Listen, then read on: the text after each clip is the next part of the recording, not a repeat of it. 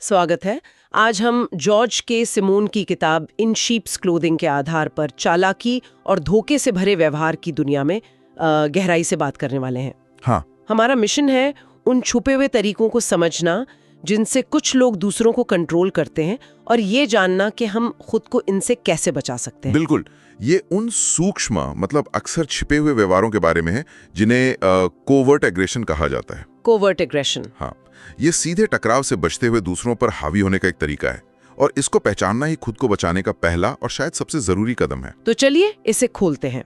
पहली बात तो ये, जब हम आक्रामकता या अग्रेशन की बात करते हैं तो अक्सर हमारे दिमाग में चीखना, चिल्लाना या धमकी देना ही आता है। हाँ, वही आता है। लेकिन ये किताब बताती है कि मामला इससे कहीं ज्यादा पेचीदा है। हाँ, स्रोत दो मुख्य तरह के आक्रामक व्यवहारों में फर्क करता है। पहला है ओपन एग्रेशन। ओपन एग्रेशन यानी खुला, सीधा, आक्रामक व्यवहार। ये वो लोग हैं जो सीधे धमकी देते हैं, बल का प्रयोग कर सकते हैं, उनका इरादा साफ नजर आता है।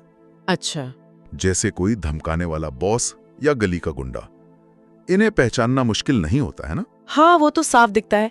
लेकिन फिर आते हैं ये कोवर्ट अग्रेसिव लोग, जिनके बारे में किताब कहती है कि ये भेड़ की खाल में भेड़िए जैसे होते हैं। बिल्कुल। ये कौन है और इन्हें समझना इतना जरूरी क्यों है? मतलब ऐसा क्या है जो इन्हें ज्यादा खतरनाक बनाता है? देखिए, ये वो लोग हैं जो अपनी आक्रामकता को चालाकी से छुपाते हैं।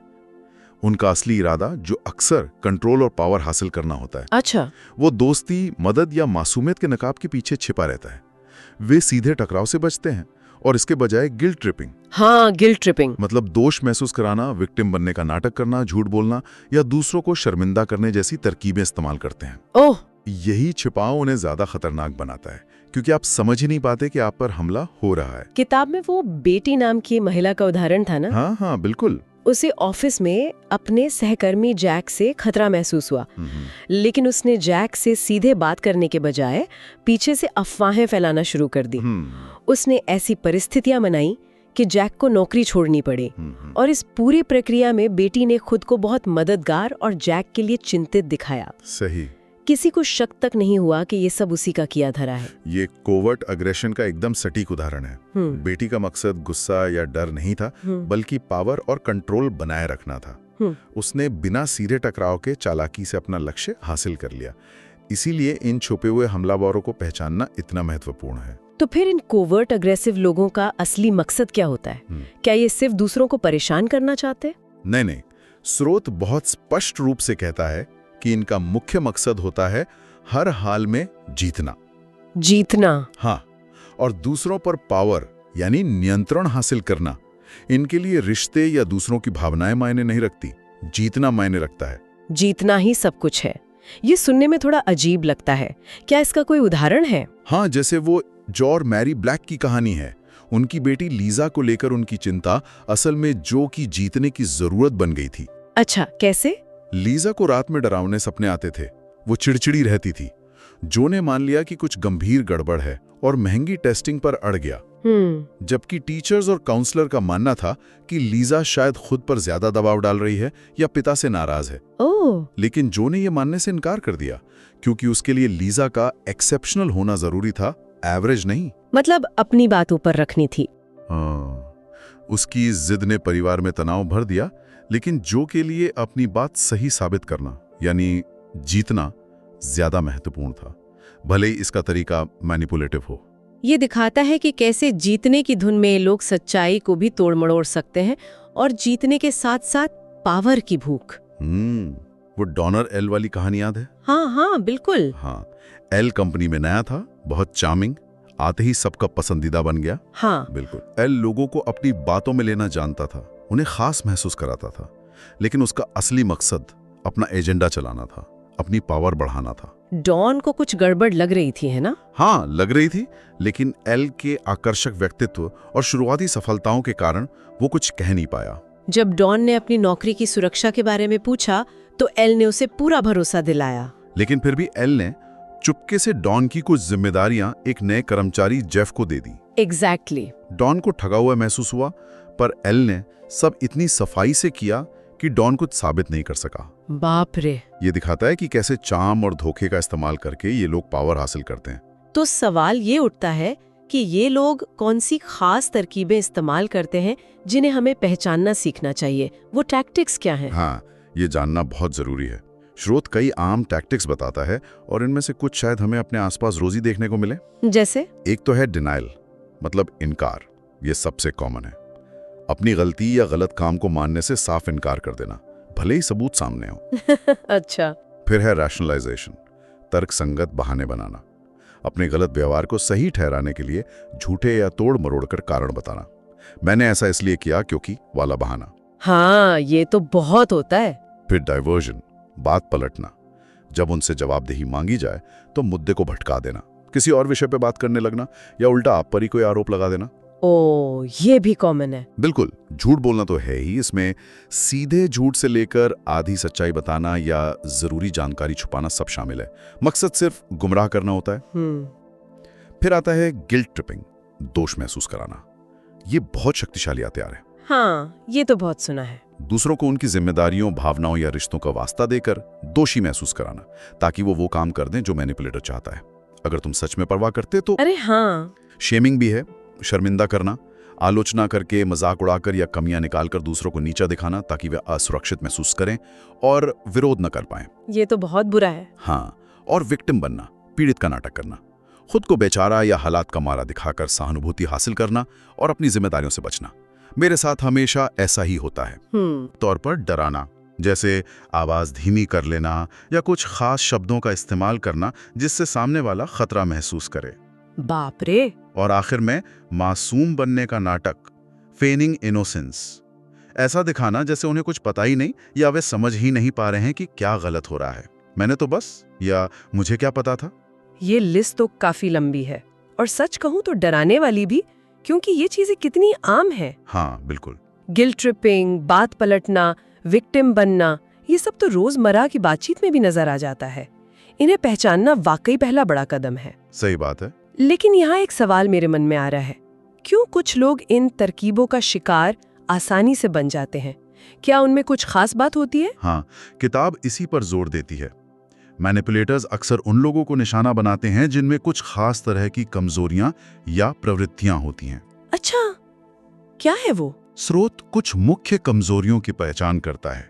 एक तो है टकराव का डर, कॉन्फ्लिक्ट अवॉइडेंस। हाँ, जो लोग बहस, झगड़े या किसी भी तरह के कॉन्फ्रंटेशन से बचना चाहते हैं वो अक्सर चुपचाप मैनिपुलेटर की बात मान लेते हैं। दूसरा, दूसरों की मंजूरी की जरूरत। जिन लोगों को हमेशा दूसरों से तारीफ, सहमति या एक्सेप्टेंस चाहिए होती है, उन्हें झूठी तारीफ या अपनापन दिखाकर बहलाना आसान होता है। हाँ। वे ना कहने से डरते हैं कि कहीं सामने वाला नाराज ना हो जाए। सही। तीसरा, कम आत्मसम्मान, लो सेल्फ एस्टीम। जिनमें आत्मविश्वास की कमी होती है वे अपने लिए खड़े होने, अपनी बात रखने या अपनी सीमाओं का बचाव करने में हिचकिचाते हैं। ये भी है। और चौथा, आसानी से दोषी महसूस करना। कुछ लोग स्वभाव से ज्यादा जिम्मेदार या संवेदनशील होते हैं और जल्दी गिल्टी महसूस करने लगते हैं। हाँ। मैनिपुलेटर्स इस प्रवृत्ति का फायदा उठाकर उनसे वो काम भी करवा लेते हैं जो वे नहीं करना चाहते। वो सूजन और लीजा की कहानी इसका अच्छा उदाहरण है ना? हाँ बिल्कुल। सूजन मेहनती थी लेकिन टकराव से बचती थी और चाहती थी कि सब उसे अच्छा समझे। उसकी सहकर्मी लीसा पहले उसकी तारीफ करती, फिर धीरे धीरे अपना काम उस पर थोप देती। अच्छा। जब सूजन मना करने की कोशिश करती तो लीसा कहती, मुझे लगा तुम टीम प्लेयर हो या सिर्फ तुम ही हो जिस पर मैं भरोसा कर सकती हूँ। Classic guilt tripping. ओह हाँ। बिल्कुल। सूजन तनाव में रहने लगी क्योंकि वो ना भी नहीं कह पा रही थी और काम के बोझ तले दब रही थी। उसे ये समझने में मदद मिली जब एक दोस्त ने उसे बताया कि लीसा उसे मैनिपुलेट कर रही है। ये कहानी दिखाती है कि अपनी इन कमजोरियों को पहचानना कितना जरूरी है। सही बात है। अगर कोई जानता है कि उसे टकराव से डर लगता है या उसे आसानी से गिल्ट महसूस होता है तो वो सचेत हो सकता है जब कोई इन बटनों को दबाने की कोशिश करे। ठीक है, तो मान लीजिए किसी ने इन टैक्टिक्स को पहचान लिया और अपनी कमजोरियों को भी समझ लिया। अब आगे क्या? बचाव कैसे करें? क्या कुछ प्रैक्टिकल तरीके हैं? मतलब क्या किया जा सकता है? हाँ, और यही इस किताब की सबसे उपयोगी बात है। स्रोत कुछ बहुत ही प्रैक्टिकल रणनीतियां, मतलब स्ट्रैटेजीज बताता है। अच्छा, क्या है वो? सबसे महत्वपूर्ण है असर्टिवनेस ट्रेनिंग, दृढ़ता विकसित करना। असर्टिवनेस। हाँ, इसका मतलब है बिना गुस्साए या डरे शांति से लेकिन मजबूती से अपनी बात रखना सीखना। इसमें शालीनता से ना कहना सीखना शामिल है। ना कहना सीखना ये जरूरी है। बहुत जरूरी। और आई स्टेटमेंट्स का इस्तेमाल करना, ये बहुत कारगर होता है। तुम हमेशा कहने के बजाय मुझे ऐसा महसूस होता है जब कहना। हाँ, आई फील स्टेटमेंट्स। बिल्कुल। दूसरा है सीमाएं तय करना, बाउंड्री सेटिंग। बाउंड्रीज ये स्पष्ट करना कि आपके लिए क्या स्वीकार्य है और क्या नहीं। अपनी सीमाएं तय करें, जैसे मैं वीकेंड पर काम की बात नहीं करूंगा या करूंगी। और दूसरों को स्पष्ट रूप से बताएं। और सबसे जरूरी, उन पर टिके रहें। बार बार ढील देने से सीमाएं कमजोर हो जाती हैं। ये मुश्किल होता है कई बार टिके रहना। हाँ, मुश्किल होता है लेकिन जरूरी है। तीसरा, भावनात्मक नियंत्रण, emotional regulation. Emotional regulation. Manipulators अक्सर गुस्सा, डर या गिल्ट भड़काने की कोशिश करते हैं। अगर आप शांत रहना सीख लें, अपनी भावनाओं को पहचान कर उन्हें नियंत्रित कर लें, तो उनकी चालें काफी हद तक नाकाम हो जाती हैं। अच्छा। गहरी सांस लेना या जरूरत पड़े तो बातचीत से थोड़ा ब्रेक लेना मदद कर सकता है। वो जेन की कहानी याद है? उसका सहकर्मी टॉम उस पर काम थोपने के लिए गिल्ट ट्रिपिंग करता था, तुम टीम प्लेयर नहीं हो। हाँ, याद है। जेन ने असर्टिवनेस ट्रेनिंग ली, आई स्टेटमेंट्स का इस्तेमाल सीखा। मुझे पता है तुम व्यस्त हो, पर मैं अभी और काम नहीं ले सकती। अपनी सीमाएं बताईं, और जब टॉम ने फिर कोशिश की तो जेन शांत रही और दृढ़ता से अपनी बात दोहराई। ये सुनना आसान लगता है, पर असल में करना शायद मुश्किल हो सकता है, बिल्कुल, खासकर शुरुआत में। इसीलिए अभ्यास जरूरी है। ये स्किल सीखने से आप कंट्रोल वापस अपने हाथ में ले सकते हैं। सही। ये सिर्फ बचाव नहीं, आत्मविश्वास बढ़ाने का भी तरीका है। लेकिन कभी कभी रिश्ते ज्यादा जटिल होते हैं या मैनिपुलेटर बहुत चालाक होता है। क्या सिर्फ ना कहना या सीमाएं तय करना हमेशा काफी होता है?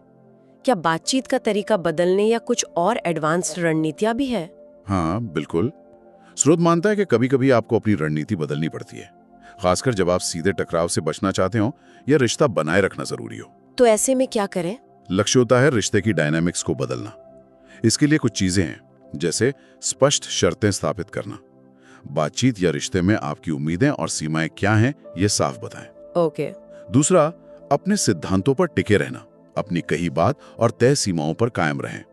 इससे आपकी क्रेडिबिलिटी बढ़ती है। तीसरा, समाधान पर ध्यान केंद्रित करना। बहस या आरोप प्रत्यारोप में उलझने के बजाय समस्या के समाधान पर फोकस करें। इससे बातचीत प्रोडक्टिव रहती है। अच्छा, जैसे वो बिल और माइक की कहानी में?